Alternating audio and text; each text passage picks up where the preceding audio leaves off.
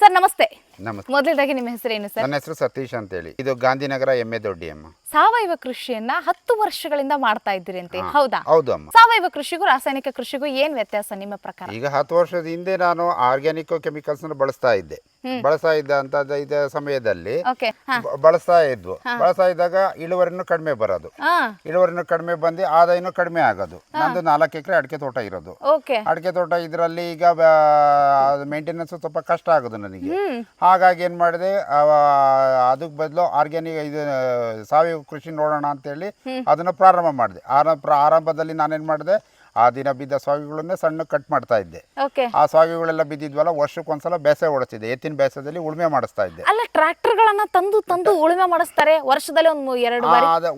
ಆಗೇನಾಗುತ್ತೆ madam ಅವರೇ, ಬೇರುಗಳೆಲ್ಲ ಕಟ್ಟಾಗ್ತಾ ಹೋಗ್ತವೆ. ಬೇರುಗಳೆಲ್ಲ ಕಟ್ಟಾಗ್ತಾ ಹೋದ್ರೆ ಈಗ ಬೇರೀಗ ಮತ್ತೆ ಬೆಳಿಬೇಕು, ಮತ್ತೆ ಮರ ಕುಂಠಿತ ಆಗುತ್ತೆ ಬೆಳಿಬೇಕಾರೆ. ಹಾಗಾಗಿ ವರ್ಷಕ್ಕೊಂದ್ಸಲ ಬೇಸಾಯ ಓಡಿಸಿದ್ರೆ ಅವು ಮತ್ತೆ ಅದೇ ಪ್ರಕಾರ ಬೇರು ಅದ್ರ ತಾನೇ ಇದಾಗುತ್ತೆ, ಮರನು ಗಟ್ಟಿ ಆಗ್ತಾ ಆಗುತ್ತೆ, ಫಸಲು ಜಾಸ್ತಿ ಬರ್ತಾ ಹೋಗುತ್ತೆ. ಹಸುಗಳಿದಾವ ನಿಮ್ಮ ಹತ್ರ? ಇಲ್ಲ, ಬಾಡಿಗೆ ಎತ್ತಿನ ಬೇಸಾಯದಲ್ಲಿ ಓಡಿಸ್ತೀವಿ ಮೇಡಮ್. ಒಟ್ಟಿನಲ್ಲಿ ಈ ಹಸುಗಳನ್ನ ತಂದೆ ನೀವು ಎತ್ತಿನ ಬೇಸಾಯ ಓಡಿಸ್ತೀವಿ ಮೇಡಮ್. ವರ್ಷಕ್ಕೊಮ್ಮೆ 2 ಮಕ್ಕ ಬೇಸಾಯ ಓಡಿಸ್ಬಿಡ್ತೀವಿ. ನೀರ್ ಯಾವ ರೀತಿ? ನೀರು ಡ್ರಿಪ್ ಇರಿಗೇಷನ್ ಸಿಸ್ಟಮ್ ಮಾಡಿದೀವಿ ಮೇಡಮ್. ಎಷ್ಟು ದಿನಕ್ಕೊಮ್ಮೆ ಕೊಡ್ತೀರಾ? ನಾವು ಮಳೆಗಾಲದಲ್ಲಿ ನೀರಿಲ್ಲ, ಬೇಸಿಗೆ ಟೈಮಲ್ಲಿ ಅಡಿಕೆ ಮರಗಳು ಯಥೇಚ್ಛ ನೀರ್ ಕೇಳ್ತಾವೆ. ಇವು ನೀರ್ ಕೇಳ ಇದರಿಂದ ನಾವೇನ್ ಮಾಡ್ತೀವಿ, ಬೇಸಿಗೆ ಟೈಮು ವಾರಕ್ಕೆ 4 ದಿವಸ ನೀರ್ ಬಿಡ್ತೀವಿ ಮೇಡಮ್. ಓಕೆ.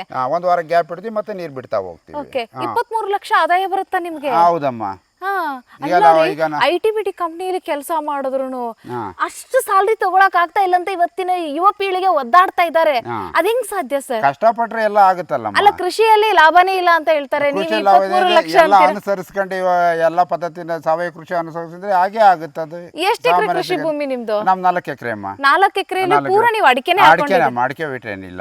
ಎಷ್ಟು ಅಂತರಕ್ಕೆ ಹಾಕೊಂಡಿದ್ದೀರಾ? 9 ಅಡಿ ಅಂತರಕ್ಕೆ, 1 ಮರದಿಂದ 1 ಅಂತರಕ್ಕೆ ಮೇಡಮ್. 2200 ಗಿಡ ಇದೆ. 2200 ಗಿಡದಿಂದ 23 ಲಕ್ಷ ಆದಾಯ.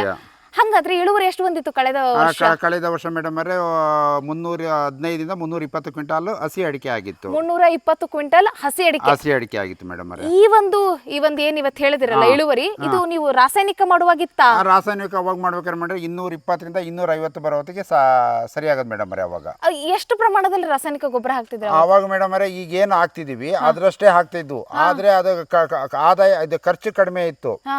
ಇದ್ರಲ್ಲಿ ಖರ್ಚು ಕಡಿಮೆ ಇದ್ರು ಇಳುವರಿ ಬರ್ತಿರ್ಲಿಲ್ಲ ಮೇಡಮ್.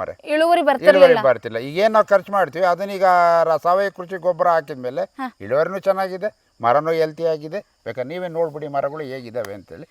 ನಮ್ಮ ಹೆಲ್ತ್ ನಾವ್ ಹೆಂಗ್ ಕಾಪಾಡ್ಕೊಂತೀವಿ, ಮರದ ಹೆಲ್ತ್ ನಾವು ಕಾಪಾಡ್ಕೋಬೇಕು. ಭೂಮಿ ತಾಯಿದು ಮತ್ತೆ ಗಿಡಗಳ ಆರೋಗ್ಯವನ್ನ ಕಾಪಾಡಬೇಕು. ಮುಂದೊಂದ್ ದಿನ ಅವ್ರು ನಮ್ಮನ್ನ ಕಾಯ್ತಾರೆ.